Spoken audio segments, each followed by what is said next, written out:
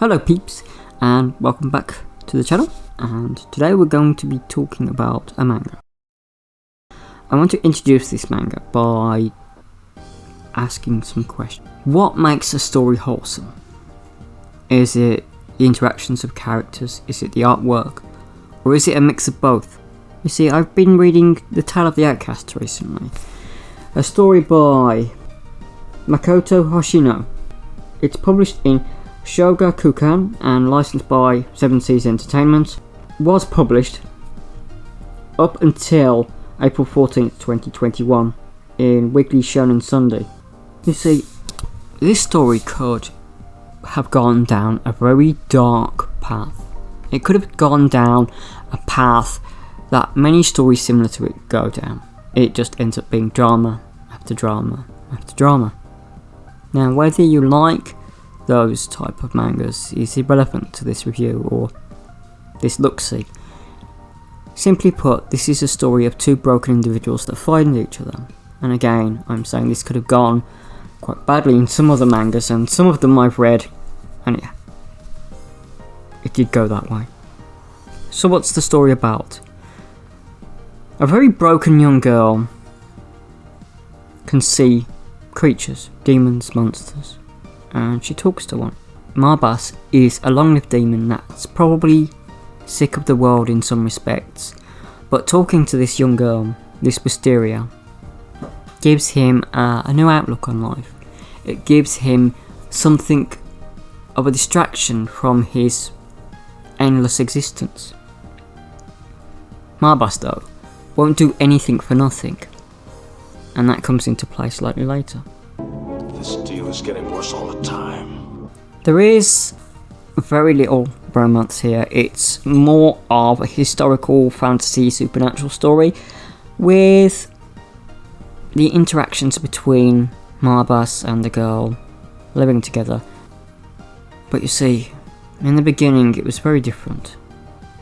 She was a slave, he was a visitor to bring her food, and occasionally they would talk. As their adventures go on, or their talks go on rather, she makes a pact with the demon.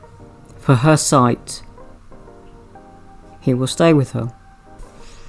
So this begins the real main bulk of the story. It introduces her brother, who's a demon hunter, and they have some interactions.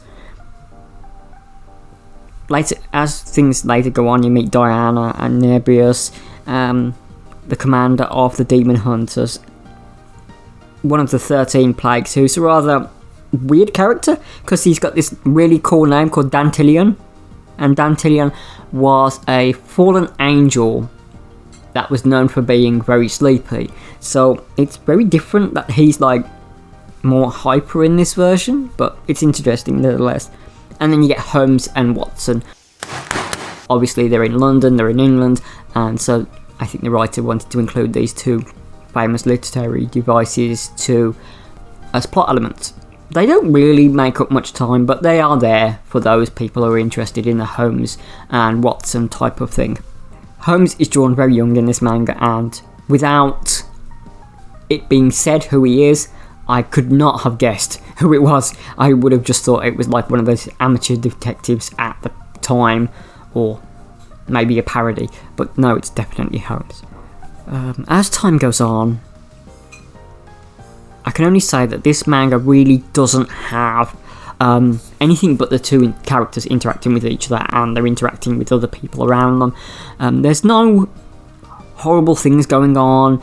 All the drama is usually over in a couple of chapters, if there is any, but the artwork's quite crisp and clean. It's quite nice. I like the almost animalistic version of Marbas. Wisteria's cool, but you know, the design isn't really anything you haven't seen before in other anime characters, but it is a nice take on everything. The two characters work well with each other. They have sort of like not hostility, like they spar with words with each other, but they don't do it meanly. They do it like because they care about each other, and they form this pact to stay together. Marbas obviously will outlive the girl, and I guess that he's starting to understand that in later chapters, and it's quite sad. Ultimately, it doesn't really go anywhere in the end. Not that I read. It's just one of those comfy mangas that I think needs more attention. It has finished its run, but only in English. We only have the 4 volumes so far out of the 8 that are available in Japanese. So that's it. I would definitely give it a look if you are interested in your early Victorian, late Victorian type of thing, or you like your demons interacting with characters, and you like characters who have like not exactly unknowable characteristics, but strange and otherworldly, shall we say. So that's it. That's Tale of the Outcasts by Makoto Hoshino, and yeah, give it a read if you like your stuff. So that's it, everyone. I've been Trix, you've been you. Do take care of yourselves, and bye bye.